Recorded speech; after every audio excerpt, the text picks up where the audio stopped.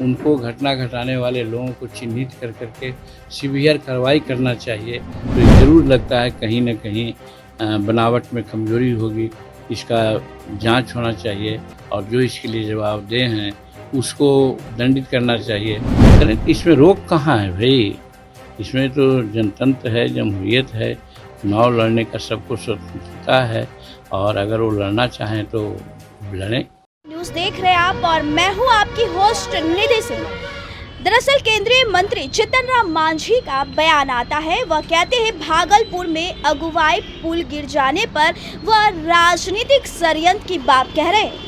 जी हां, जीतन राम मांझी ने कहा कि पुल का लगातार ढहना क्या कोई राजनीतिक षड्यंत्र है?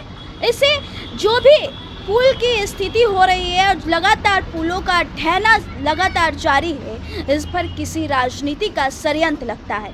अगर जो भी जिसके हिस्से में यह काम बनी है उस पर कार्रवाई होनी चाहिए। आप भी देखिए इस पूरी वीडियो में जीतन राम मांझी क्या कुछ कह रहे हैं। रिएक्शन मेरा यही है, एक जुमला है हम लोग यहाँ की, चोर मचावे शोर। ममता दीदी जो सड़क पर उतर रही है, किसके खिलाफ उतर रही है? उन्हीं के कार्यकर्ता लोग ने ही ऐसी घटना का अंजाम दिया है, जैसा हमको पता है। उनको घटना घटाने वाले लोगों को चिन्हित कर करके सीवियर कार्रवाई करना चाहिए। ऐसी कार्रवाई करना चाहिए कि फिर कोई दूसरा नाम न ले और उल्टे अब वो सड़क पर उतर करके वो क्या कहना चाहते हैं। जिस प्रकार की घटना घटी हो शर्मनाक है। देश में हम समझते हैं इस प्रकार की अप्रिय घटना बहुत कम होती है। बिहार के भागलपुर में अगवानी पुल 2 साल में तीसरी बार गिर गया है। सरकार पर और विभाग पर बहुत बड़े सवाल खड़े हो रहे हैं, क्या कहेंगे? हम जरूर कहेंगे कि उसकी जांच होनी चाहिए, कहाँ लीकेज हुआ है, कहाँ कमी हुई है जिसके चलते पुल टूट रहे हैं। एक पुल नहीं, सीरीज ऑफ दी पुल टूट रहे हैं। तो ज़रूर लगता है कहीं न कहीं बनावट में कमज़ोरी होगी, इसका जांच होना चाहिए और जो इसके लिए जवाबदेह हैं उसको दंडित करना चाहिए। और फिर इसमें हम एक बार और बोले हैं कि ये क्या है कि इसी साल सारे पुल टूट रहे हैं, पहले पुल क्यों नहीं टूटे थे? तो कहीं न कहीं ऐसा लगता है कहीं कोई राजनीतिक षड्यंत्र तो नहीं है जिसके चलते सरकार को बदनाम करने के लिए इस प्रकार की बातें हो रही है।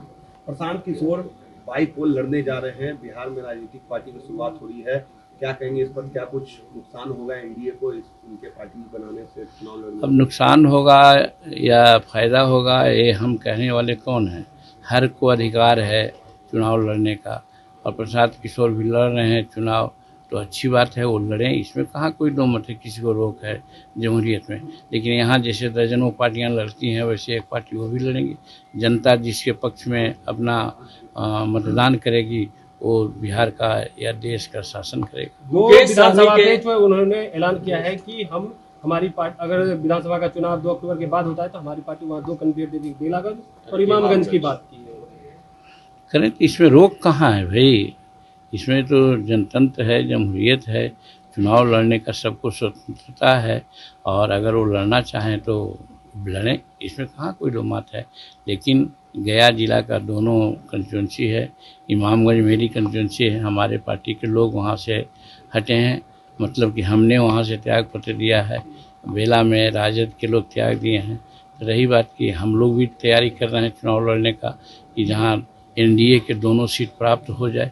और ऐसी परिस्थिति में अगर कोई दूसरा सोचते हैं कौन पार्टी से आते हैं, ये तो अब नेताओं पर निर्भर करता है कि कौन किसको लोग देता है सीट।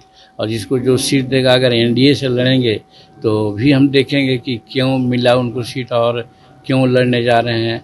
और अगर दूसरे पार्टी से लड़ेंगे तो हम लोग तो ज़रूर विरोध करेंगे। हम लोग चाहेंगे कि एनडीए का सीट इमामगंज रहा है और महागठबंधन का सीट बेला रहा है।